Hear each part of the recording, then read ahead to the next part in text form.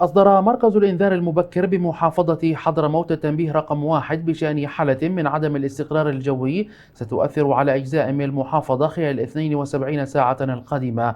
وبحسب المركز فإن التنبؤات العددية وخرائط الطقس تشير إلى تقدم اضطراب جوي يترافق مع كتلة هوائية رطبة، ما يؤدي إلى تدفق السحب المنخفضة وتشكل السحب الركامية الرعدية على فترات متقطعة.